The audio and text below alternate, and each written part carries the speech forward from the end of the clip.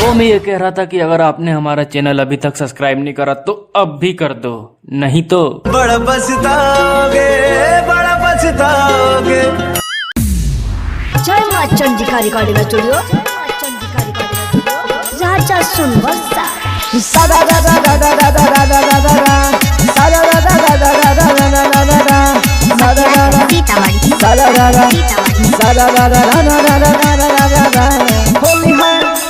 होली है सारा दा होली खेलही की गे छौरी, होली खेलही की, होली खेलही की गे छौरी, होली खेलही की कि चढ़ते फागुन के महीना चोली खेलही की अइलई फागुन के महीना चोली खेलही की।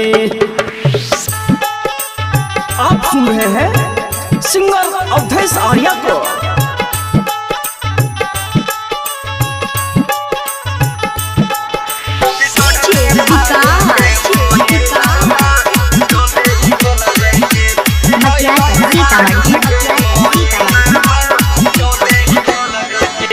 डालन देवी रंग के छौरी करबो पटकम पटकी,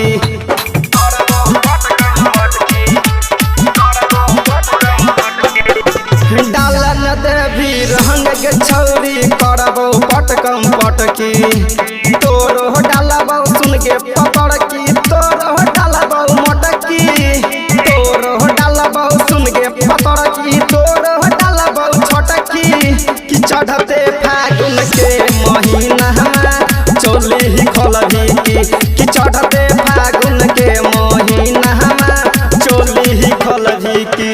होली खेलही की गे छौरी, होली खेलही की, होली खेलही की गे छौरी, होली खेलही की कि चढ़ते फागुन के महीना चोली खोलही की कि चढ़ते फागुन के महीना चोली खोलही की। आप सुन रहे हैं सिंगर अवधेश आर्या को।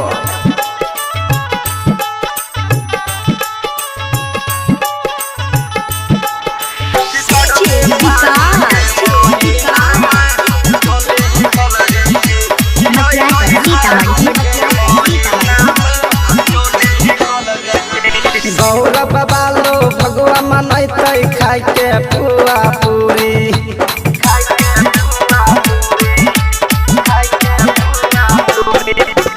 अजय राहुल भगवा मनैते खाई के पुआ पूरी, अवधेश दारू पी के घूमै छै खाई छै पुआ पूरी, सेंटू दारू पी के घूमै छै खाई छै पुआ पूरी कि चढ़ते फागुन के महीना चोली खोलही की कि चढ़ते फागुन के महीना चोली खेलही की।